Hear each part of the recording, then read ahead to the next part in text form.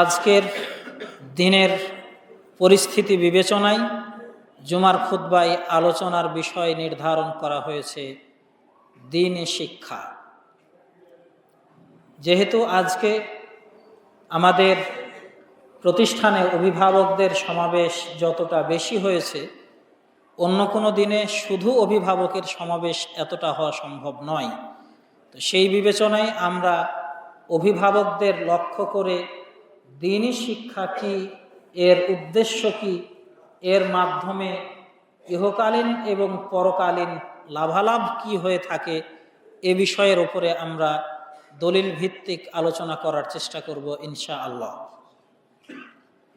যদিও বিষয়টি দ্বীনি জ্ঞান বিষয়ক, দ্বীনি জ্ঞান বিষয়ক আলোচনা হওয়ার কারণে আলোচনা অনেকটা রুক্ষ হতে পারে।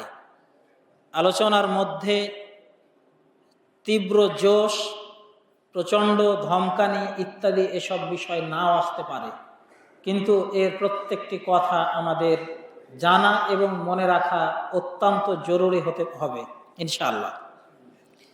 দ্বীনি শিক্ষা, প্রথমত শিক্ষা আমাদের দেশে প্রচলিত রয়েছে।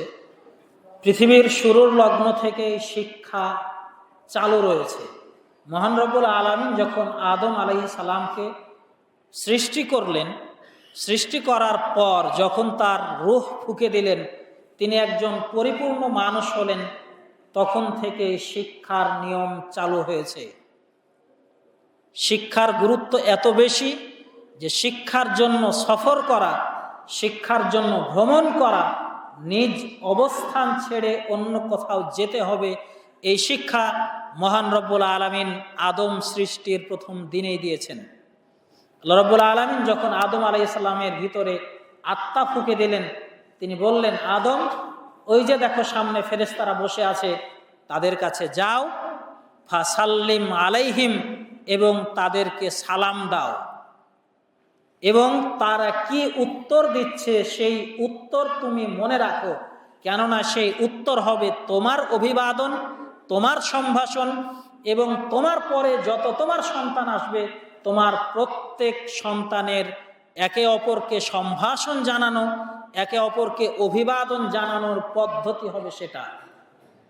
আল্লাহ রাব্বুল আলামিন আদমকে কিন্তু বলে দিলেন না, আদম তুমি ওদেরকে গিয়ে সালাম দিবে আসসালামু আলাইকুম বলে, উত্তর দিতে হে ওয়ালাইকুম সালাম বলে। আল্লাহ কিন্তু এটা বলে দিলেন না।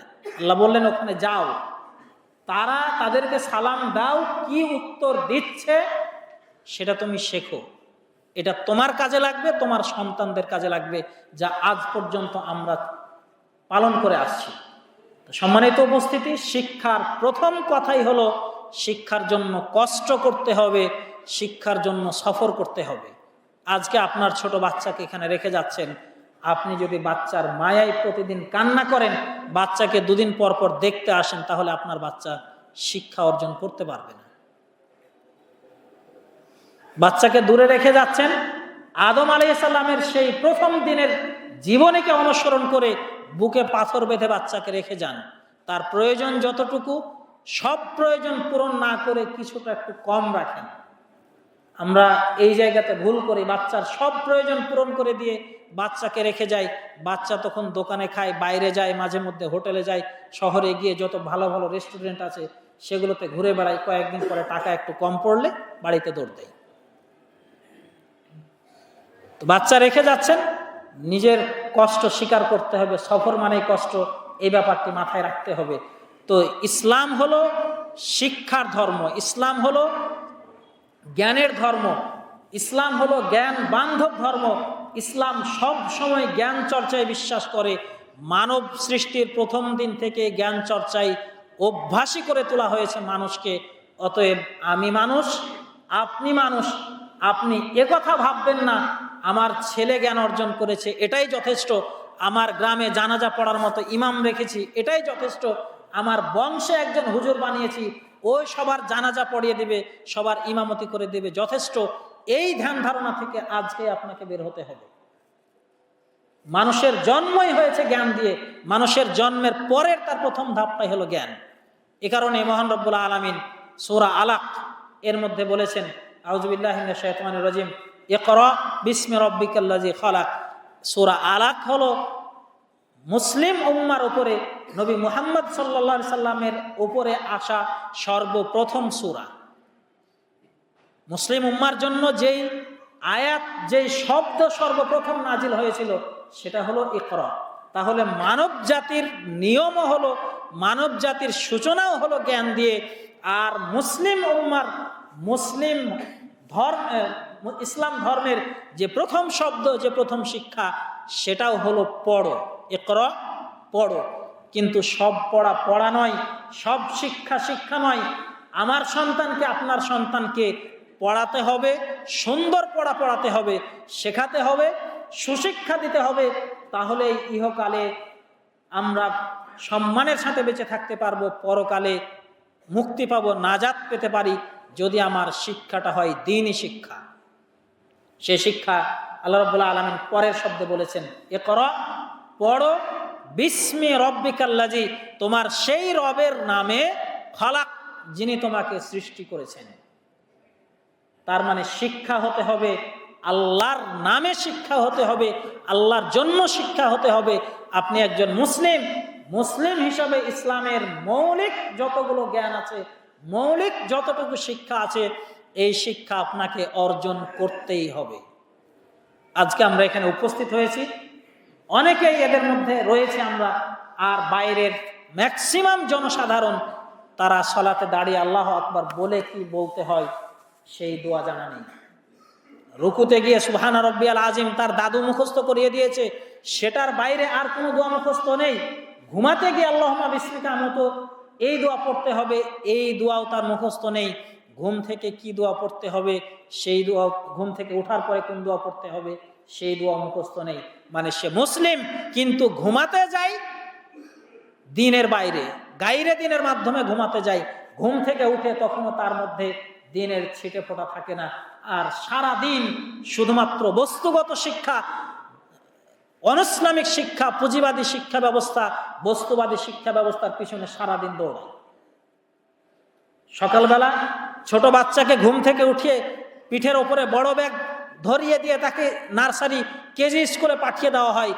আবার স্কুল থেকে ফিরে এসে প্রাইভেট কোচিং, এই সেই, বিকেলে আবার কিছুক্ষণ খেলাধুলা, মাগরিবের পর থেকে আবার হোমওয়ার্ক করানো, এই করানো সেই করানো, রাতের বেলা আবার মোবাইল অথবা টিভি দেখে দেখে ঘুমাতে যাওয়া।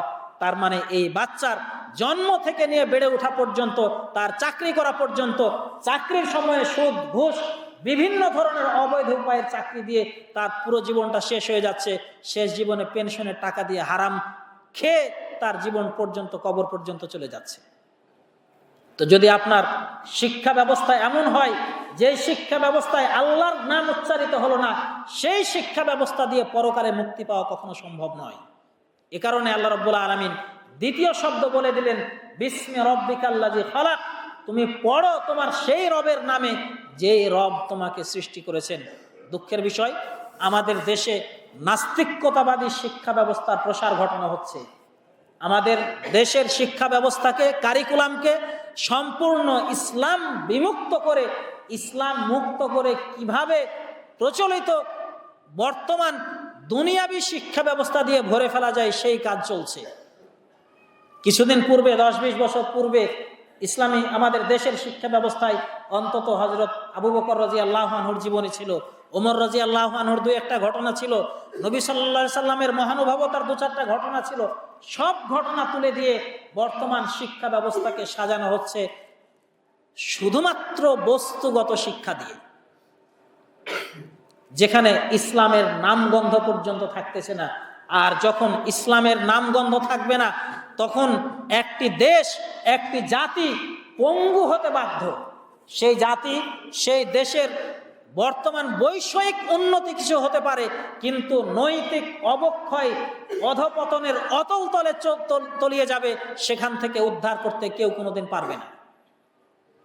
আমরা বর্তমান চীনকে অর্থনৈতিক উন্নতির রোল মডেল হিসেবে মনে করে থাকি। চীন, এই চীন 1958 সালে যখন মাও সেতুং ক্ষমতায়, কমিউনিস্ট সমাজতান্ত্রিক দল, যারা আল্লাহতে বিশ্বাস করে না, দ্বীনি শিক্ষাকে সম্পূর্ণরূপে উপেক্ষা করে চলে, এই কমিউনিস্ট ইসলাম বিরোধী আল্লাহ বিমুখ শক্তি, তারা তাদের দুনিয়ার মস্তিষ্ককে কাজে লাগিয়ে, দুনিয়ার বিজ্ঞানী বস্তুবাদী বিজ্ঞানীদেরকে কাজে লাগিয়ে খুঁজে পেয়েছিল যে চীনে জনগণ যেহেতু বেশি হয়ে যাচ্ছে, এদের ক্ষুধা নিবারণ করতে হবে, এদের নিজের দেশে খাদ্য উৎপাদন করতে হবে, নিজের দেশের খাবার যেন নষ্ট না হয়ে যায় সেই পথ আবিষ্কার করতে হবে, গবেষণা করতে হবে।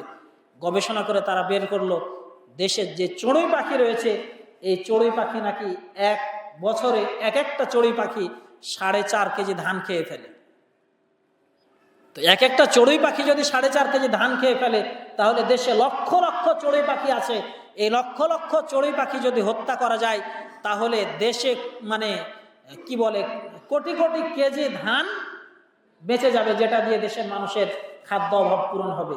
সে চিন্তা করে 1958 সালে মাও সেতুং তার কমিউনিস্ট সরকারি ব্যবস্থায় সিদ্ধান্ত নিল, একদিন ঘোষণা দিয়ে পেপার পত্রিকায় সংবাদ মাধ্যমে বিভিন্নভাবে সংবাদ প্রচার করলো যে অমুক তারিখে আমরা আমাদের দেশের সব চড়ুই পাখিকে হত্যা করব।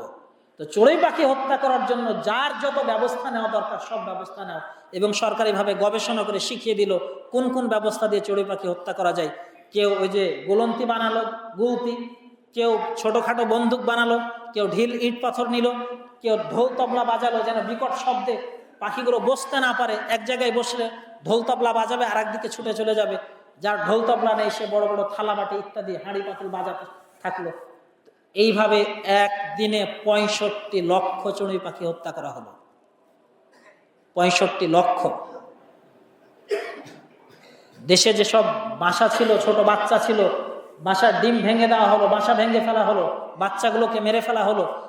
আর বেশিরভাগ পাখি মারা গেল মানুষের আঘাতে, জানা মরেছে। এক জায়গায় এসে বসতে যায়, ওখানে থালা বাটি বাজাতে থাকে, আরেক জায়গায় উড়ে যায়, ওখানে বাজায়, ওখান থেকে আরেক জায়গায় উড়ে, সারাদিন উঠতে উঠতে তার মানে জীবনী শক্তি নিঃশেষ হয়ে পাখিগুলো মাটিতে পড়ে পড়ে মারা গেল। কিছু পাখি যেগুলো পারলো সেই চীন দেশ ছেড়ে বাইরের দেশে চলে গেল। ঠিক 1 বছর পরে 1959 সালে চীনে যে মহা দুর্ভিক্ষ দেখা দিল, এই দুর্ভিক্ষে লক্ষের উপরে মানুষ মারা গেল। কেন এই দুর্ভিক্ষ দেখা দিয়েছিল? কারণ চড়ুই পাখি শুধু ধান খায় না, ওর সাথে পোকামাকড়ও খায়। তো এই পোকামাকড় যখন খাওয়ার আর পাখি থাকলো না, তখন পোকামাকড়গুলো ধানে আক্রমণ করলো, ধান টোটাল শেষ, একটিও ধান উৎপাদিত হলো না। এইভাবে যেখানে তারা খাদ্য বাঁচানোর জন্য চড়ুই মারতেছিল, সেখানে মানুষ না খেয়ে, খাদ্য না পেয়ে মানুষ মারা গেল। তো এই হলো বস্তুবাদী মানুষের বিবেক প্রসূত গবেষণার ফলাফল। অথচ ইসলাম কি শিখিয়েছে? তোমার পাশের প্রত্যেকটা প্রাণীর প্রতি দয়া করো, তোমার পাশের কোনো প্রাণী যেন না খেয়ে মারা না যায়। একটা বিড়ালকে এক মহিলা বেঁধে রেখেছিল, বেঁধে রাখার কারণে মারা যায়, সেই বিড়ালটি মারা যাওয়ার কারণে ওই মহিলা জাহান্নামে যায়। অপরদিকে একজন নারী, ব্যভিচারিণী নারী, পতিতালয়ের মহিলা, সেই মহিলা একটি পিপাসার্ত কুকুরকে পানি পান করানোর কারণে জান্নাতে চলে গেছে। এ হলো ইসলামের শিক্ষা। তো বস্তুবাদী শিক্ষা, যদি আল্লাহর শিক্ষায় কেউ শিক্ষিত না হয়, ইকরা বিসমি রাব্বিকাল্লাযী খালাক, এই আয়াতের প্রতিধ্বনি যদি কোনো শিক্ষা ব্যবস্থায় না থাকে, তো সেই শিক্ষা ব্যবস্থা দিয়ে একটি দেশ, একটি জাতি পঙ্গু হতে বাধ্য, সেই দেশ অধপতনের অতল তলে তলিয়ে যেতে বাধ্য। আল্লাহ রাব্বুল আলামিন আমাদের অভিভাবকদের, আমাদের দেশের শিক্ষা ব্যবস্থার পরিচালকদের, যারা নীতি নির্ধারক রয়েছে, তাদেরকে, দেশের সরকার প্রশাসন সংশ্লিষ্ট সকলকে সুবুদ্ধি দান করুন। শিক্ষা ব্যবস্থাকে ইসলামাইজেশন করা ছাড়া আসলে কোনো জাতি কখনো মুক্ত হতে পারে না। আমরা যেসব দেশকে উন্নতির শীর্ষে মনে করি, ইউরোপ আমেরিকার দেশগুলো, সেই দেশগুলোতে মানুষ তারা বস্তুগত দিক থেকে উন্নতি হাসিল করতে পারে, উন্নতি লাভ করতে পারে, কিন্তু নৈতিকতার কত নিচে নেমে গেছে, এগুলো যারা অনলাইনে সক্রিয় আছেন তারা দেখতে পাবেন, যারা ওইসব দেশ ভ্রমণ করেছেন তারা দেখতে পাবেন। নীতিনৈতিকতা, আদর্শ, এসবের কোনো কিছু তাদের মধ্যে বাকি নেই। মানে তাদের চারিত্রিক অবক্ষয় এত অতল তলে তলিয়ে গেছে যে সেই লোকগুলোকে উদ্ধার করার মতো কোনো ব্যবস্থা নেই। মহান রব্বুল আলামিন মানুষকে সৃষ্টি করেছেন সর্বোত্তম আকৃতিতে। আল্লাহ বলেছেন, লাকাদ খালাকনাল ইনসানা ফি আহসানি তাকওয়িম, আমি মানুষকে সৃষ্টি করেছি সর্বোত্তম গঠনে, সুম্মা রাদাদনাহু আসফালা সাফিলিন, অতঃপর এই লোকগুলোকে আমি একেবারে সর্বনিম্ন স্তরে নামিয়ে দিয়েছি। এই আয়াত আমাদের জন্য অনেক বড় শিক্ষা হতে পারে। এই আয়াত একজন মানুষের জীবন পরিবর্তনের জন্য যথেষ্ট হতে পারে। আমি চিন্তা করি, আমি বিবেক দিয়ে ভাবি যে আল্লাহ রাব্বুল আলামিন আমাকে সর্বোত্তম গঠনে সৃষ্টি করলেন, কিন্তু আমার পতন হতে কি বাকি আছে, নাকি আমি আসলে অধপতনের অতলে তলিয়ে যাচ্ছি? আমি চিন্তা করি, মানুষকে আল্লাহ সৃষ্টি করলেন সর্বোত্তম গঠনে, সর্বোত্তম আকৃতিতে, কিন্তু এই মানুষ অধপতনের অতলে তলিয়ে গেল। আল্লাহ রাব্বুল আলামিন মানুষ পরবর্তী আয়াতে তার সমাধান দিয়েছেন, একজন মানুষ কিভাবে অধপতনের অতল থেকে ফিরে আসতে পারে সে কথা বলেছেন। ইল্লাল্লাযীনা আমানু, তবে সেই লোকেরা ব্যতীত যারা ঈমান এনেছে, ওয়া আমিলুস সালিহাতি, যারা সৎকর্ম সম্পাদন করেছে। ঈমান আনয়নকারী লোকের সংখ্যা অনেক। আমাদের দেশে বেঈমান লোক পাবেন না। আপনার পরিবারে খোঁজেন, আপনার পুরো গ্রাম তল্লাশি করেন, পুরো গ্রামের প্রত্যেকটা লোককে একজন একজন করে জিজ্ঞেস করেন যে তুমি কি আল্লাহতে বিশ্বাস করো, কিয়ামত হবে বিশ্বাস করো, মুহাম্মদ সাল্লাল্লাহু আলাইহি সাল্লামকে রাসূল হিসেবে মানো? দেখবেন সবাই না। এমন কাউকে পাবেন না যে মানে না, ইল্লা মাশাআল্লাহ দু একজন হতভাগ্য ব্যক্তি ছাড়া। তাদের সংখ্যা হয়তো গ্রামের কোনো জায়গাতে পাওয়া সম্ভব না। কিন্তু পরের অংশটুকু অত্যন্ত কঠিন। ওয়া আমিলুস সালিহাত, এবং যারা সৎকর্ম করে। তো একজন মানুষ অধপতনের অতলতল থেকে উঠে আসতে পারে। শ্রেষ্ঠ মানুষ ডাস্টবিনে নেমে গেছে, ডাস্টবিন থেকে তাকে উদ্ধার করতে পারে দুটো জিনিস, একটা হলো ঈমান আর একটি হলো আমল। আমল করতে হলে আমাকে ইলম অর্জন করতে হবে। যদি আপনি ঘুমানোর দোয়াটা না জানেন, ঘুম থেকে ওঠার দোয়া না জানেন, তো আপনি কি আমল করেছেন? পায়খানায় ঢুকতে হবে সেই দোয়া যদি আপনার জানা না থাকে, বের হওয়ার দোয়া যদি না জানা থাকে, আপনি কি শিখেছেন? আপনি সালাতে দাঁড়িয়েছেন, সূরা ফাতিহা বলতে হয় কি না হয় না সেটা জানেন না, রুকুতে কোন দোয়া বলতে হয় সেটা জানেন না, ইমাম সামি আল্লাহু লিমান হামিদা বলেছে আমি বলবো কি বলবো না সেটা জানেন না, আপনি কি আমল শিখেছেন? সিজদার মধ্যে একাধিক 3, 4, 5টা দোয়া আছে, সেই দোয়া আমি জানি না। সালাতের পরের জিকির আজকার লম্বা তালিকা আছে, 15-20টা দোয়া আছে, আমি দোয়ার মধ্যে একটিও দোয়া জানি না। আমার চেয়ে হতভাগ্য আর কে আছে? ইল্লাল্লাযীনা আমানু ওয়া আমিলুস সালিহাত, যারা ঈমান এনেছে এবং সৎকর্ম করেছে তারাই শুধু বাঁচতে পারে। সূরা আসরের মধ্যে আল্লাহ বলেছেন ওয়াল আসরি ইন্নাল ইনসানা লাফি খুসর, সময়ের কসম, প্রত্যেক মানুষ রয়েছে ক্ষতির মধ্যে, প্রত্যেকটা মানুষ ক্ষতিগ্রস্ত। ইল্লাল্লাযীনা আমানু ওয়া আমিলুস সালিহাত, তবে সেই লোকেরা ক্ষতিগ্রস্ত নয় যারা ঈমান এনেছে, যারা সৎকর্ম করেছে। আমি যদি সালাতই না পড়ি, আমি আমল করলাম কি? আমি ক্ষতি থেকে বের হব কিভাবে?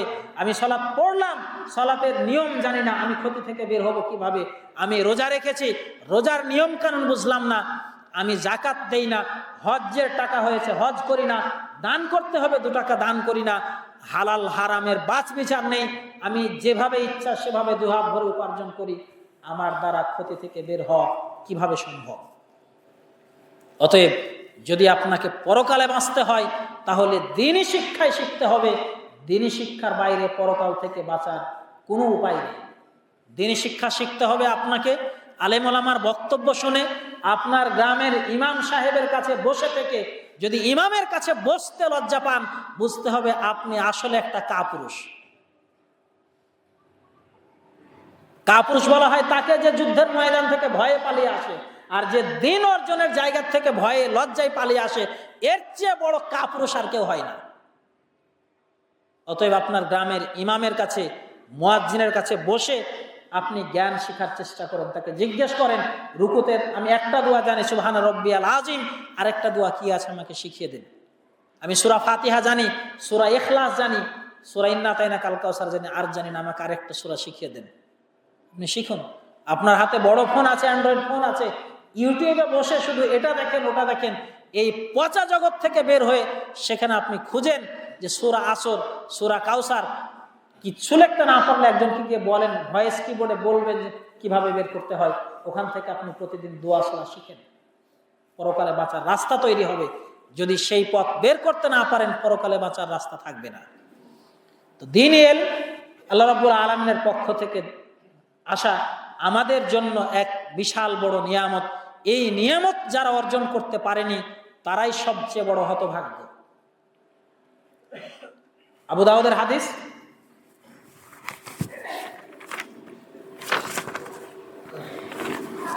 কাসির ইবনে কায়েস রাহিমাহুল্লাহ তিনি বলছেন, আমি সাহাবী আবু দারদা রাদিয়াল্লাহু আনহুর কাছে বসেছিলাম দামেস্কের এক মসজিদে, সিরিয়ার মসজিদ দামেস্কের মসজিদে বসেছিলাম।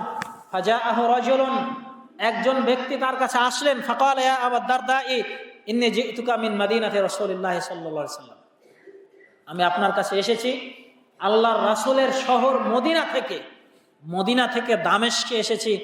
দামেস্ক আর মদিনার ব্যবধান তখনকার উটে চড়ার রাস্তায় 1 মাসের ব্যবধান। 1 মাসের পথ পাড়ি দিয়ে এসেছি। লিহাদিসিন, একটি মাত্র হাদিস শোনার জন্য 1 মাস পথ অতিক্রম করেছি মাত্র একটি হাদিস শোনার জন্য। চিন্তা করতে পারেন, মদিনা থেকে দামেস্ক 1 মাসের পথ পাড়ি দিয়ে গিয়েছে মাত্র একটি হাদিস শোনার জন্য। এর নাম হলো ইলম। যেটা একটু আগে বললাম, আপনার ঘরের পাশে মুয়াজ্জিন, আপনার মসজিদের মুয়াজ্জিন ইমাম সাহেব, তার কাছে আপনি বসতে লজ্জা পান? দেখুন সাহাবীদের সময়ের আমল। তো সাহাবীর কাছে একটি মাত্র হাদিস শোনার জন্য 1 মাস সফর করে তিনি গিয়েছেন মদিনা থেকে দামেস্ক। তো তিনি বললেন, হ্যাঁ, এর বাইরে আর অন্য কোনো কারণ ছিল না, শুধু একটা হাদিসের জন্য এসেছি। আবু দারদা রাদিয়াল্লাহু আনহু বললেন, তাহলে শোনো, ফাইনি সামি'তু রাসূলুল্লাহ সাল্লাল্লাহু আলাইহি ওয়াসাল্লাম ইয়াকুল, আমি রাসূল সাল্লাল্লাহু আলাইহি ওয়াসাল্লামকে বলতে শুনেছি, মান সালাকা তরিকান ইয়াতলুবু ফিহি ইলমান সালাকাল্লাহু লাহু বিহি তরিকান ইলাল জান্নাহ, কেউ যদি আল্লাহর পথে বের হয় জ্ঞান অর্জনের জন্য, জ্ঞান শিখার জন্য, দ্বীনে জ্ঞান শিখার জন্য যদি আল্লাহর পথে বের হয়, তাহলে আল্লাহ তার জন্য জান্নাতের পথ সহজ করে দেন। ওয়াইনাল মালাইকাতা লা তাদাউ আজনিহাতিহা রিজান লিতালিবিল ইলম, আর ফেরেশতারা ওই তালেবে ইলমের পায়ের নিচে তাদের ডানা বিছিয়ে দেন। ওয়াইনাল আলিমা লা ইস্তাগফিরু লাহু মান ফিস সামাওয়াতি ওয়া মান ফিল আরদ, আর যারা আলেম হয়, যারা মানুষকে ইলম শিখিয়ে দেয়, তাদের জন্য দোয়া করতে থাকে আসমানে থাকা ফেরেশতারা, তাদের জন্য ক্ষমা প্রার্থনা করতে থাকে। দুনিয়ার বুকে থাকা সব কিছু, দুনিয়াতে যা কিছু আছে সব কিছু তার জন্য ক্ষমা প্রার্থনা করে। ওয়াল হিতানু ফি জাওফিল মা, এমনকি পানির মধ্যে থাকা মাছটিও বলে, আল্লাহ ওই আলেমকে ক্ষমা করে দাও। অন্য বর্ণনায় রাসূল সাল্লাল্লাহু আলাইহি ওয়াসাল্লাম বলেছেন, হাত্তান নামলাতু ফি জুহরিহা, গর্তে থাকা পিপিলিকা বলে, আল্লাহ তুমি ওই আলেমকে ক্ষমা করে দাও। বোঝা যাচ্ছে আলেমের জন্য পৃথিবীর জীববস্তু, জড়বস্তু, ইট পাথর কাঠ খড়ি যা কিছু আছে সব কিছু বলে, আল্লাহ আলেমকে ক্ষমা করে দাও। এ হলো আলেমের সম্মান। ওয়াইনা ফাজলাল আলিমি আলাল আবিদি কা ফাজলিল কমারি লাইলাতুল বদরি আলা সাইরিল কাওয়াকিব, পূর্ণিমার রাতে পুরো আকাশে যেই ছোট্ট ছোট্ট তারকাগুলো জ্বলজ্বল করতে থাকে, সব তারকার চেয়ে এক চাঁদের গুরুত্ব যতটুকু, এক চাঁদকে মানুষ যতটা মূল্যায়ন করে, পৃথিবীর মধ্যে একজন আলেমের মর্যাদা সাধারণ মানুষের তুলনায় ঠিক ততটুকু বেশি। মানে সাধারণ মানুষ যদি হয় তারকা, তাহলে একজন আলেম হলো পূর্ণিমার রাতের চাঁদ। ওয়াইনাল উলামা ওয়ারাসাতুল আমবিয়া, আলেমগণ হলেন নবীদের ওয়ারিস। লাম ইউয়ারিসু দিনারান ওয়ালা দিরহামান, নবীগণ টাকাও রেখে যাননি, পয়সাও রেখে যাননি, কোনো সম্পদ রেখে যাননি। ওয়াইন্নামা ওয়ারাসুল ইলমা, বরং তারা মানুষের জন্য রেখে গেছেন ইলম। আমরা মারা গেলে আমাদের সন্তানের জন্য কি রেখে যাই? জমি জায়গা, টাকা পয়সা, এটা তারা ভাগ করে নেয়। আর নবীগণ মানুষের জন্য, পরবর্তী লোকদের জন্য কোনো সম্পদ রেখে যাননি, তিনি মানুষের জন্য রেখে গেছেন ইলম। হামান আখাযাহু আখাযাবে হাজ্জিন ওয়াফির, অতএব যে ইলম গ্রহণ করলো সে যেন পরিপূর্ণ অংশটাই গ্রহণ করে নিল। কেউ বাপ মারা গেছে, বাপের সম্পদ কোনো কারণে হয়তো একজনই সব পেয়ে গেল, এমনটা পেলে তো আমরা খুব খুশি হই। মাত্র একটাই ছেলে, বাপের সব সম্পদ পেয়ে গেছে, খুব আনন্দ পায় যে বাপের এক ছেলে, সব পেয়ে গেলাম।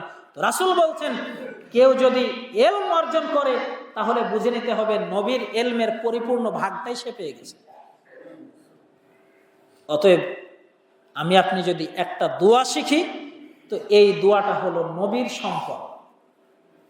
এই দোয়াটা কার সম্পদ? আমরা বাপের সম্পদ পাবো, বাপের টাকা পয়সা জমি জায়গা পাবো, কিন্তু আপনি দ্বীনের নবীর সম্পদ কি পেলেন সেটা আপনাকে ভাবতে হবে। আপনি এটা মনে করেন আমার তো বয়স হয়ে গেছে, আমি কি করব? একজন মানুষের বয়স কখনো হয় না, শেষ হয় না। রাসূল সাল্লাল্লাহু আলাইহি সাল্লাম সে কথাই বললেন। সেই সাহাবী 1 মাসের পথ অতিক্রম করে গেলেন একটা হাদিস শেখার জন্য। তো আপনি একদিন এসে কিছু শিখে যেতে পারবেন না? আপনার ঘরের পাশের মসজিদের ইমামের কাছ থেকে 2 হরফ শিখতে পারবেন না? বয়স শেষ হয়ে যায়নি। যদি আপনার পড়ার যোগ্যতা না থাকে, যদি আপনার কোরআন হাদিস বুঝার যোগ্যতা না থাকে, অন্তত সহি আকীদার, সহি মানহাজের যেসব উলামায়ে দ্বীন রয়েছেন তাদের বক্তব্য শুনলে আপনার পুরো জীবনযাত্রায় পরিবর্তন হয়ে যাবে। আজকে এখানে যেসব যুবক ভাইদের দেখতেছেন, যুবক বয়সে যাদের মুখে দাড়ি রয়েছে, ম্যাক্সিমাম দেখেন মাদ্রাসায় পড়ুয়াগুলো বাদ দিয়ে বাকি সবগুলো ওয়াজ দ্বারা পরিবর্তন হয়েছে। আপনার গ্রামের পাশের একটা ছেলেকে দেখেন, হঠাৎ করে যুবক ছেলে মুখে দাঁড়িয়ে রেখেছে, হালাল পথে উপার্জনের চেষ্টা করে, ও দেখেন কোনো আলেমের ওয়াজ শুনেই পরিবর্তন হয়েছে। ওয়াজ শুনে পরিবর্তন আপনার আজও হতে পারে। আপনি শিক্ষিত মানুষ, ওয়াজ শুনেন, সেই সাথে পড়ালেখা করেন, শত শত বই আছে, হাজার হাজার বই আছে। আমাদের অলরেডি সম্ভবত কিছু বই আমাদের মাঠেও বিক্রি হচ্ছে। আমাদের আমচত্বরে অনেক কয়টা লাইব্রেরি আছে, রাজশাহী ওয়াহিদিয়া লাইব্রেরি আছে, বিভিন্ন জায়গাতে লাইব্রেরি আছে। আপনি ইসলামী বই সংগ্রহ করেন, পড়েন। একজন মুসলিমের জন্য অন্ধ থাকা কখনোই শোভনীয় নয়। যেটা বক্তব্যের শুরুতে বলেছিলাম, আদম আলাইহিস সালামকে সৃষ্টির পরে তাকে প্রথম যে কাজটা দিয়ে দিলেন সেটা ছিল কি? ইলম অর্জন করতে বের হয়ে যাও। আমাদের এলাকায় একটা কথা প্রচলিত রয়েছে, পানি কখনো মানুষের কাছে আসে না, মানুষকে পানির কাছে যেতে হয়। আপনি পানি পান করতে চান, আপনাকে টিউবওয়েলের কাছে যেতে হবে। টিউবওয়েল এসে আপনাকে পানি খাইয়ে দিয়ে যাবে না। আপনি শিখতে চান, আপনাকে আপনার গ্রামের ইমাম মুয়াজ্জিনের কাছ থেকে শিখতে হবে। আপনার রাজশাহী আসার সামর্থ্য নেই, সাধ্য নেই, গ্রামের মুয়াজ্জিন ইমামের সাথে সম্পর্ক বাড়ান, ভালো মানুষের সাথে সম্পর্ক বাড়ান। যাদের সাথে আপনার সম্পর্ক বৃদ্ধি পাবে তাদের সাথে আপনার পরকালে হাসর নাসর হবে। আজকে আমাদের দেশের মানুষ আলেম ওলামার সাথে উঠতে বসতে লজ্জা পায়, ওদের নাকি স্ট্যাটাস চলে যায়। নাউজুবিল্লাহ মিন যালিক। যারা দুনিয়াতে আলেম ওলামার পাশে বসতে লজ্জা পায় আর গাঞ্জাখোর মদখোর নেতার সাথে ঘুরে বেড়ায়, এদের পরকাল আল্লাহ না করুন, পরকাল ওই গাঞ্জাখোর মদখোরদের সাথে হবে। আপনার সম্পর্ক, আপনার কলবি তাআল্লুক, আপনার হৃদয়ের সম্পর্কটা, আপনার চলাফেরার সম্পর্কটা অবশ্যই আলেমের সাথে বাড়ান, ভালো মানুষের সাথে বাড়ান। ভালো মানুষের সাথে যখন সম্পর্ক বাড়াবেন আপনার মধ্যে ভালো কিছু প্রবেশ করবে। রাসূল সাল্লাল্লাহু আলাইহি সাল্লাম বলেছেন, একজন উত্তম সাথীর উদাহরণ হলো, খারাপ সাথীর উদাহরণ হলো হাপর কামার, কি বলে, কামারের মতো। কামারের কাছে যদি আপনি যান তাহলে কামারের হাপড় থেকে আগুনের টুকরা এসে হয় আপনার জামা পুড়িয়ে দিবে, আর যদি অন্তত না পোড়ায় তো ওর যে লোহা পোড়ানোর গন্ধ, সেই গন্ধ আপনার নাকে ঢুকবে। কিন্তু একজন সৎ সঙ্গী খারাপ ভালো সঙ্গীর উদাহরণ হলো একজন আতর বিক্রেতার মতো। হয় আতর বিক্রেতা আপনাকে কিছু দান করবে, আপনার একটু মাখিয়ে দিল আতর, সেটাতে আপনি গন্ধ পাবেন। যদি না হয় তো আপনি অন্তত কিনতে পারবেন তার কাছ থেকে। যদি কিনতেও না পারেন, তার কাছে বসে থাকলে অন্তত আতরের সুবাস আপনার নাকে প্রবেশ করবে। তো ভালো মানুষের সাথে থাকলে ভালো মানুষের ভালো চরিত্র আপনার মধ্যে অবশ্যই প্রভাব বিস্তার করবে, আর খারাপ মানুষের সাথে থাকলে আপনার মধ্যে খারাপ চরিত্র প্রভাব বিস্তার করবে, অবশ্যই অবশ্যই করবে। কারণ যে বাংলার প্রবাদ, সৎসঙ্গে স্বর্গে বাস, অসৎসঙ্গে সর্বনাশ। যদিও স্বর্গ শব্দটা আমরা ব্যবহার করতে চাই না, তবে উদ্দেশ্যটা ঠিকই আছে। যেটাই হোক, তো আপনি ইলম অর্জনের জন্য আমল করার জন্য অবশ্যই ভালো মানুষদের বেছে নেন, তাদের সাথে উঠা বসা করেন। আপনার এলাকার মাস্তানদের সাথে, গন্ডাদের সাথে, চামচা চামারদের সাথে সম্পর্ক কমান। আপনার ছেলে যদি তাদের সাথে যায়, তাদেরকে ফিরিয়ে আনুন। কারণ যদি আপনার ছেলে তাদের সাথে ঘোরাফেরা করে, আপনার ছেলে অবশ্যই অবশ্যই বিপথে যাবে। আলোচনা হচ্ছিল আমাদের দ্বীনি ইলম সম্পর্কে। দ্বীনি ইলম আমাদের অর্জন করা একান্ত জরুরি। যদি আমরা এটা অর্জন করতে না পারি, তাহলে দুনিয়াতে আমাদের আসলে ভালো একটা অবস্থানে যাওয়া, মর্যাদা সম্পন্ন জীবন লাভ করা সম্ভব নয়, আর পরকালে মুক্তি লাভ করা সম্ভব নয়। আল্লাহ রাব্বুল আলামিন আমাদের সকলকে বিষয়গুলো বোঝার তৌফিক দান করুন। আল্লাহুম্মা আমিন। আলহামদুলিল্লাহ, আলহামদুলিল্লাহ ওয়াহদা ওয়াসসালাতু ওয়াসসালামু আলা মান লা নাবিয়্যা বা'দা, আম্মা বা'দ। আমরা বর্তমান সময়ে একেবারে শেষ জামানায় অবস্থান করছি। রাসূলুল্লাহ সাল্লাল্লাহু আলাইহি সাল্লাম বলে গেছেন, বুইসতু আনা ওয়াস-সাআতু কাহাতাইন, আমাকে এবং কিয়ামতকে পাঠানো হয়েছে এই দুইটা আঙ্গুলের মতো। এই দুই আঙ্গুল যেমন পাশাপাশি, আমি এবং কিয়ামত ঠিক ততটাই পাশাপাশি। যদি এই আঙ্গুল বলা হতো তো কিছুটা হলেও ব্যবধান থাকতো, কিন্তু রাসূল বলেছেন আমাকে এবং কিয়ামতকে পাঠানো হয়েছে এইভাবে কাছাকাছি করে। তার মানে আমরা শেষ জামানায় চলে এসেছি।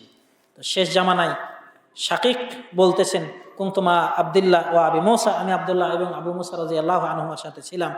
তো তারা দুইজন বললেন, রাসূল সাল্লাল্লাহু আলাইহি সাল্লাম বলেছেন, ইন্না বাইনা ইয়াদাই সাআতি লা আইয়ামান, কিয়ামতের পূর্বে কিছু সময় আসবে, ইয়ানজিলু ফিহাল জাহাল, যে সময়ে মূর্খতা আকাশ থেকে বর্ষণ হবে।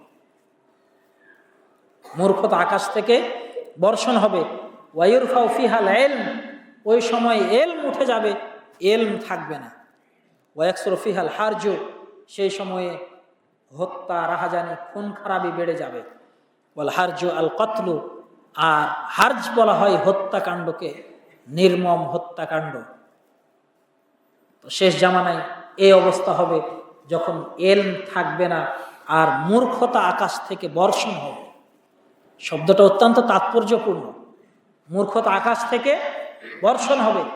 আমাদের সময়ে বর্তমানে যে টিভি, ইন্টারনেট ইত্যাদি স্যাটেলাইটের মাধ্যমে যে আমরা সব তথ্য পাচ্ছি, আগে তথ্য, ইলম, জ্ঞান, সেটা যে জ্ঞানই হোক দুনিয়াতে লেখা হতো। কিন্তু এখন যে জ্ঞান, এই জ্ঞান আপনি যে ইন্টারনেটের মাধ্যমে পাচ্ছেন, এই ইন্টারনেটের টোটাল মানে কি বলে ব্যবস্থাপনা, এটা কি দিয়ে নিয়ন্ত্রিত হয়? স্যাটেলাইট দিয়ে। তো আকাশ থেকে মানে মূর্খতা বর্ষণ হচ্ছে। আপনি ফেসবুকে যান, আপনাকে মূর্খ বানাবে। ইউটিউবে যান, আপনাকে মূর্খ বানাবে। অনলাইনে গুগলের মধ্যে থাকেন, আপনাকে মূর্খ বানাবে। নিষিদ্ধ সাইট আছে, সেগুলোতে যান, আপনাকে একেবারে অধঃপতনের অতলে নিয়ে যাবে। আপনি মোবাইল খুললেই সেখানে মূর্খতা বর্ষণ হবে। জ্ঞান থাকবে না, মানুষের ভিতর থেকে জ্ঞান উঠে যাবে। তো যখন জ্ঞান উঠে যাবে, এই সময় আমাদের জ্ঞান অর্জনের গুরুত্ব দেওয়াটা অত্যন্ত জরুরি। শেষ জামানার অবস্থা কত ভয়াবহ হবে রাসূলুল্লাহ সাল্লাল্লাহু আলাইহি সাল্লাম বলেছেন। আবু মুসা আশআরী রাদিয়াল্লাহু আনহু বলেন, রাসূল সাল্লাল্লাহু আলাইহি সাল্লাম একদিন আমাদের সামনে কথা বলছিলেন। তিনি বললেন, আন্না বাইনা ইয়াদাই সাআতি আল হারজা, শুনে রাখো কিয়ামতের আগে প্রচুর হত্যাকাণ্ড হবে। কিয়ামতের আগে মানুষের মাঝে প্রচুর পরিমাণে হত্যাকাণ্ড হবে। কিলা ওয়ামাল হারজ, বলা হলো আল্লাহর নবী হার্জ কি? তিনি বললেন, আল কাযিবু ওয়াল কতলু, মিথ্যা বলা হবে আর কোপানো হবে। মিথ্যা কথা বলবে আর কোপানো হবে। ক্বালু আকসারা মিম্মা নাকতুলুল আন, আল্লাহর নবী আমরা যে এখন এই যুদ্ধ করছি, যুদ্ধে তো অনেক মানুষ মারা যাচ্ছে, তো এর চেয়েও বেশি মানুষ মারা যাবে। তো রাসূল বললেন, ইন্নাহু লাইসা বিকাতলিকুম আল কুফারা, শুনে রাখো তোমরা তো এখন শত্রুর বিরুদ্ধে লড়াই করো, কাফিরদের সাথে লড়াই করো, কিন্তু সেই সময়ের লড়াইটা কাফিরদের সাথে হবে না। ওয়ালাকিন্নাহু কাতলু বা'যুকুম বা'যা, বরং তোমরা নিজেরাই একজন আরেকজনকে হত্যা করবে। হাত্তা ইয়াকতুলুর রাজুলু জারাহ, এমনকি একজন লোক তার প্রতিবেশীকে হত্যা করে দেবে। ওয়া ইয়াকতুলু আখাহু, তার নিজের ভাইকে হত্যা করবে। ওয়া ইয়াকতুলু আম্মাহ, তার চাচাকে হত্যা করবে। ওয়া ইয়াকতুলু ইবনা আম্মি, তার চাচাতো ভাইকে হত্যা করবে। এইভাবে হত্যা করতে থাকবে। ক্বালু সুবহানাল্লাহ, সাহাবা একরাম বললেন, আল্লাহর নবী এইভাবে যে মানুষ মানুষকে হত্যা করবে, তাদেরকে কি কোনো মানা উকুলুনা, ওই সময়কে আমাদের বিবেক বলে আসলে কিছু থাকবে না বিবেক উঠে যাবে? কি জন্য এত হত্যাকাণ্ড হয়? তো এই হত্যাকাণ্ড আমাদের দেশে চলছে। আমাদের দেশে কে কাকে হত্যা করছে, কি কারণে হত্যা করছে, কেউ জানে না। তো সাহাবা একরাম বলতেছেন, আল্লাহ নবী, এই সময় যে এত হত্যাকাণ্ড হবে তখন কি আমাদের বিবেক বাকি থাকবে? রাসূল বলেন, লা ইল্লা আন্নাহু ইয়ানজিউ উকুল আহলি যালিকা জামান। ওই সময়ে মানুষের বিবেক, মানুষের জ্ঞান উঠে যাবে, জ্ঞান থাকবে না। হাত্তা ইয়াহসাবা আহাদুকুম আন্নাহু আলা শাইইন, সে মনে করবে যে ও মনে হয় কিছু একটা কারণে তাকে হত্যা করছে, ও মনে হয় ঠিকই আছে, ওয়ালাইসা আলা শাই, অথচ আসলেই ও কোন পথের মধ্যে নেই। আজকে আমাদের দেশে রাজনৈতিক সহিংসতার কারণে আমাদের দেশের মানুষ একজন আরেকজনকে হত্যা করছে। আপনি দেখেন, আপনার পাশের লোক তাকে হত্যা করে দিচ্ছে, তার আশেপাশের লোক তাকে হত্যা করতেছে, দুনিয়াবি অর্থ সম্পদ ইত্যাদির জন্য হত্যা করছে। এইভাবে মনে করছে যে আমি মনে হয় কিছু একটার জন্য তাকে মারলাম, কিন্তু পরকালে কি হবে? আসলে কি কোনো কাজের জন্য মেরেছে? হরতাল অবরোধ করতে গিয়ে সরকার দল বিরোধী দলকে মারছে, বিরোধী দল সরকারকে মারছে, সরকারি দলকে মারছে। তো কে আসলে কোন মতের উপরে আছে? সরকার দলের যে ছেলেটা এসে বিরোধী দলের আরেকটা ছেলেকে মেরে দিল, ও আসলে কোন অধিকারের ভিত্তিতে সে মারলো? বিরোধী দলের যে ছেলেটা আন্দোলন করতে গিয়ে একজন পুলিশকে মেরে দিল, সে কিসের জন্য মেরেছে? আসলে সে কথাই বলছেন, ওই সময়ে মানুষের বিবেক থাকবে না। সে মনে করবে যে আমি মনে হয় কিছু একটা কাজের জন্য মারলাম, কিন্তু আসলে ও কোনো কাজের জন্য মারেনি। আপনার ছেলেকে যদি দ্বীনি শিক্ষা না দিতে পারেন, তাহলে আপনার ছেলে এই ধরনের অস্ত্র উঁচিয়ে মাঠে ময়দানে, রাস্তাঘাটে, বিশ্ববিদ্যালয়ের চত্বরে ঘুরে বেড়াবে। যদি তার মধ্যে দ্বীনি জ্ঞান না থাকে। আজকে কোনো মাদ্রাসায় দা, বটি, ছুরি, কুরবানি কাটার জন্য অনেক ছুরি থাকে। আমাদের রাজশাহীতে থাকে না, ঢাকার মাদ্রাসাগুলো যারা দেখেছেন তারা জানেন, তারা চামড়া কালেকশন করে প্রতি কুরবানিতে, এজন্য এবং কুরবানির সময় গরু জবাই করে দিয়ে ছাত্ররা টাকা পায়। মানে ঢাকার মানুষ, আল্লাহ মাফ করুন, তারা দ্বীনি জ্ঞান থেকে এত দূরে, দ্বীনি জ্ঞানের দিক থেকে এতটাই মূর্খ যে ও নিজের কুরবানিটাও জবাই করতে পারে না। ওর কুরবানি জবাই করার জন্য মাদ্রাসার ছেলে লাগে। তো এ কারণে প্রত্যেকটা মাদ্রাসায় এ ধরনের অসংখ্য ছুরি বানানো থাকে। কুরবানির দিন আসলে ওই ছুরিগুলো নিয়ে ছাত্ররা বের হয়ে যায়, একটা করে কুরবানি জবাই করে দেয়, ওর মধ্যে কিছুটা টাকা ছাত্রের হাতে ধরিয়ে দেয়, তারপরে ওই চামড়াগুলো নিয়ে আসে আবার মাদ্রাসায়। তো যেটা বলতে চাচ্ছিলাম, যে মাদ্রাসায় এতগুলো ছুরি, দা, বটি ইত্যাদি থাকে, কিন্তু কোন মাদ্রাসায় শুনেছেন যে মাদ্রাসায় ছাত্ররা ছুরি নিয়ে, দা নিয়ে একজন আরেকজনকে হত্যা করেছে? শোনা যায়নি। কিন্তু আপনার বিশ্ববিদ্যালয়ে পিটিয়ে ছাত্রকে লাশ বানিয়ে দেওয়া হচ্ছে। এটা কোন শিক্ষার ফলে? এটা হলো বস্তুবাদী শিক্ষার ফলে। যতক্ষণ পর্যন্ত এই অশিক্ষার মধ্যে, কুশিক্ষার মধ্যে ইকরা বিস্মি রাব্বিকাল্লাযী খালাক এই আয়াতের বাস্তবায়ন দেখানো না যাবে, ততদিন পর্যন্ত এই শিক্ষা ব্যবস্থাকে কখনোই আদর্শ শিক্ষা ব্যবস্থায় পরিণত করা যাবে না। এই জন্য আপনার ছেলেকে আপনি মাদ্রাসায় নিয়ে এসেছেন, দ্বীনি শিক্ষার জন্য নিয়ে এসেছেন। আল্লাহ আপনার প্রতি দয়া করেছেন, রহম করেছেন বলে নিয়ে আসতে পেরেছেন। আল্লাহর কাছে দোয়া করেন আপনার ছেলেটাকে যেন আল্লাহ আলেম হওয়া পর্যন্ত মাদ্রাসায় রাখেন। আর মাদ্রাসায় রাখার সময় অবশ্যই অনেক চিন্তা নিয়ে মাদ্রাসায় নিয়ে আসবেন না। খুতবাটা লম্বা হয়ে গেল, তারপরে একটা হাদিস বলে শেষ করব। বহু চিন্তা মাথায় রেখে আপনি বাচ্চাকে মাদ্রাসায় দিবেন না। অনেক অভিভাবক আমাদের সামনে এসেছেন, এসে জিজ্ঞেস করে, আপনাদের মাদ্রাসায় সায়েন্স আছে তো? আপনাদের মাদ্রাসায় পড়ে ছেলে বিশ্ববিদ্যালয়ে যেতে পারবে তো? ডাক্তার, ইঞ্জিনিয়ার হতে পারবে তো? বহু রকমের চিন্তা নিয়ে মাদ্রাসায় আসে। যদি ডাক্তার, ইঞ্জিনিয়ার বানানোর খুব ইচ্ছা থাকে, আপনার ছেলেকে দয়া করে আপনি বিশ্ববিদ্যালয়ে নিয়ে যান, ওখানে ডাক্তার, ইঞ্জিনিয়ার বানান। কিন্তু একসাথে কখনো দুটো জিনিস হাসিল করা সম্ভব হবে না। রাসূল সাল্লাল্লাহু আলাইহি সাল্লামের কাছে জিজ্ঞাসা করা হলো, আল্লাহর নবী, আল্লাহর পথে যুদ্ধ করে কে? তার আগে লম্বা ঘটনা আছে। কিয়ামতের দিন প্রথম বিচার করা হবে একজন কারি, কোরআন তেলাওয়াতকারী ব্যক্তির। তো বলা হবে, তুমি কেন কোরআন পড়েছিলে? তো বলবে যে আমি কোরআন পড়েছিলাম তোমাকে সন্তুষ্ট করার জন্য, তোমাকে রাজি খুশি করার জন্য। আল্লাহ বলবেন, তুমি মিথ্যা বলেছো, তুমি কোরআন পড়েছিলে এজন্য যেন তোমাকে কারি বলা হয়। তো দুনিয়াতে বলা হয়ে গেছে, অতএব তাকে জাহান্নামে নিক্ষেপ করা হবে। আরেক বিবরণে রয়েছে, রাসূল সাল্লাল্লাহু আলাইহি সাল্লাম বললেন, আল্লাহর পথে ওই ব্যক্তি যুদ্ধ করেছে যে শুধুমাত্র আল্লাহকে সন্তুষ্ট করার জন্য করে। কিন্তু কোনো ব্যক্তি যদি আল্লাহর পথে যুদ্ধ করতে গিয়ে সে আল্লাহকে সন্তুষ্ট করতে চায়, আবার গনিমতও পেতে চায়, সম্পদও পেতে চায়, তাহলে ওর জিহাদ আল্লাহর জন্য নয়। কেউ যদি খ্যাতি অর্জন করার জন্য জিহাদে যায় তাহলে সেই জিহাদ আল্লাহর জন্য নয়। তো বলতে চাচ্ছিলাম, আপনি মাদ্রাসায় ভর্তি করিয়েছেন, নিছক খালেস নিয়ত করুন যে আমার ছেলে যেন আলেম হয়। রাসূল সাল্লাল্লাহু আলাইহি সাল্লাম বলেছেন,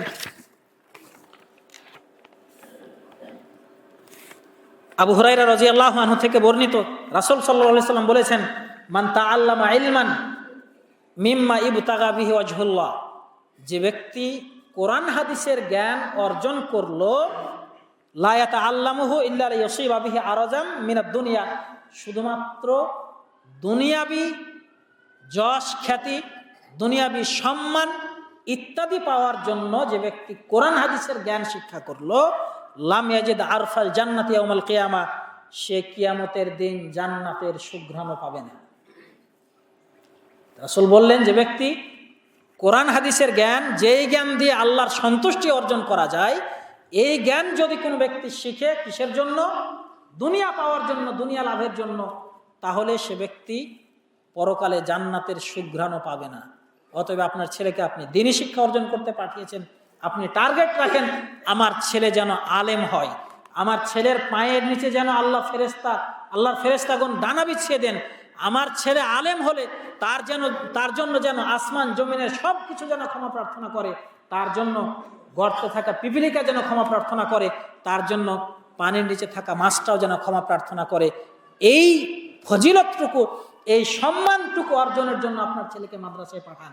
আপনার ছেলেকে মাদ্রাসায় নিয়ে এসেছেন, দুনিয়ার সব কিছু আপনি একসাথে পেতে চান, এই চিন্তা থেকে বের হয়ে আসেন। যদি এটা করতে পারেন তাহলে আপনি সম্মানিত পিতা হতে পারবেন, আপনার ছেলে সম্মানিত আলেম হতে পারবে। আপনার ছেলে দুনিয়াতে হয়তো 2 পয়সায় বেতন পাবে, দুনিয়াতে হয়তো ভোগবিলাস করে আরামায়েশ করে জীবন পার করতে পারবে না, কিন্তু পরকালীন জীবনটা সুখের হবে, এই আশা আমরা করতেই পারি। রব্বুল আলামিন তুমি আমাদের সকলের উদ্দেশ্য কবুল করো, আল্লাহুম্মা আমিন। রব্বুল আলামিন, আমরা গুনাহগার, আমরা পাপী, জেনে না জেনে প্রকাশ্য অপ্রকাশ্য অনেক ভুল করে থাকি, তুমি আমাদের সকলের গুনাহ খাতা মাফ করে দাও। আমাদের মাঝে অনেকে অসুস্থ, তুমি তাদের সকলকে সুস্থতা দান করো। যারা দুরারোগ্য ব্যাধিতে ভুগতেছে তাদের সকলকে পরিপূর্ণ সুস্থতা দান করো। আমরা অনেকেই আমাদের সন্তানদেরকে, কলিজার টুকরা ধনকে এখানে রেখে যাচ্ছি, তুমি আমাদের সকলের মনের মধ্যে মনের জোর দান করো, যেন আমার ছেলেকে এখানে রেখে যেতে পারি। আমার ছোট বাচ্চাকে রেখে যাচ্ছি, আমার ছোট বাচ্চা যেন কান্নাকাটি করে বাড়ি চলে যেতে না চাই, সেই মনের শক্তি তুমি ছোট বাচ্চাকে দান করো। আমাদের মাঝ থেকে যারা পরপারে চলে গিয়েছে, রব্বুল আলামিন তুমি তাদের সকলের কবরের শাস্তি মাফ করে দাও। আমরা হয়তো অনেকে আমল করতে পারি না, তোমার দ্বীনি জ্ঞান শিক্ষা করতে পারি না, তুমি আমাদের মাঝ থেকে জড়তা, লজ্জা, শরম এসব কিছু দূর করে দিয়ে তোমার দ্বীনি জ্ঞান শেখার জন্য একজন গ্রামের ইমাম মুয়াজ্জিনের কাছে যাওয়ার, তার ঘনিষ্ঠ হওয়ার, তার সাথে উঠা বসা করার তৌফিক তুমি দান করো। আমাদেরকে সারা জীবন এলেমের সাথে, আমলের সাথে বাঁচিয়ে রাখো। আমরা যখন পরপারে চলে যাব, আমাদেরকে ঈমানের সাথে উঠিয়ে নিও। রব্বানা তাকাব্বাল মিন্না ইন্নাকা আনতাস সামিউল আলিম ওয়া তুব আলাইনা ইন্নাকা আনতাত তাওয়াবুর রহিম। সুবহানাকাল্লাহুম্মা রাব্বানা ওয়া বিহামদিক আশহাদু আল্লা ইলাহা ইল্লা আনতা আস্তাগফিরুকা ওয়া আতুবু ইলাইক।